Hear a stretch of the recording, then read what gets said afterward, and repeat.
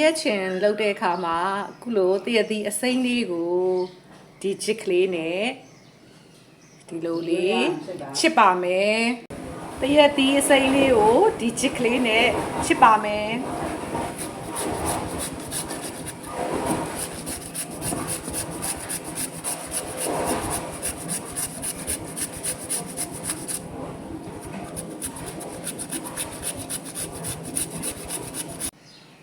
အခုလိုချစ်ကလေးနဲ့တရက်သီးလေးတွေကို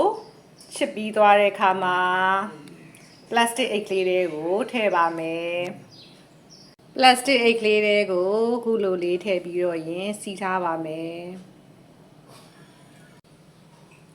တရက်သီးလေးတွေကိုချစ်ထားပြီးတဲ့အခါပလတ်စတစ်အိတ်လေးတွေထည့်ပြီးတော့အခုလိုသွားကြထိုးရံလေးတွေနဲ့ပလတ်စတစ်ကလေးကိုထိုးပေးပါမယ်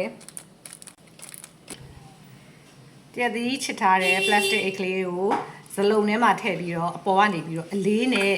ဖိထားပြီးတော့တညသိပ်ထားပါမယ်ရှင်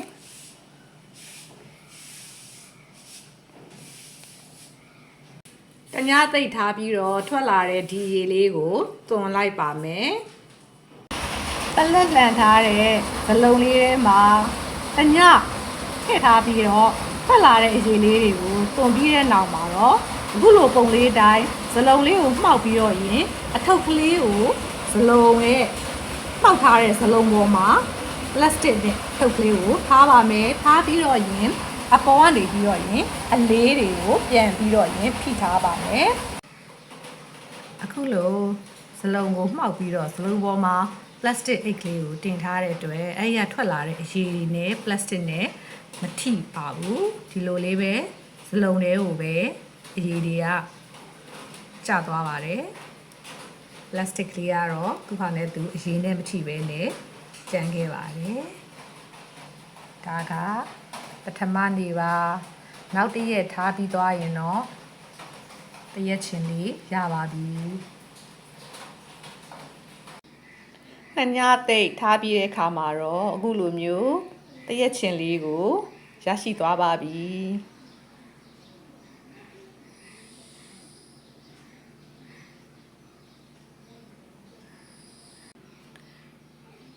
ရလာတဲ့တရက်ချင်းလေးကိုအခုလိုမျိုး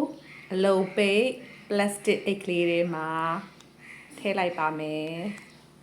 เนาะဒီလိုမျိုးလေးအလုံးပိတ်အိတ်ကလေးတွေမှာထည့်လိုက်မယ်ကြာရှည်ခံစားခြင်းတော့ရင်ဒီအိတ်ကလေးကိုရေခဲတစ်တာရဲ့ freezer ထဲမှာထားပြီးတော့ကြာရှည်စားသုံးလို့ရပါတယ်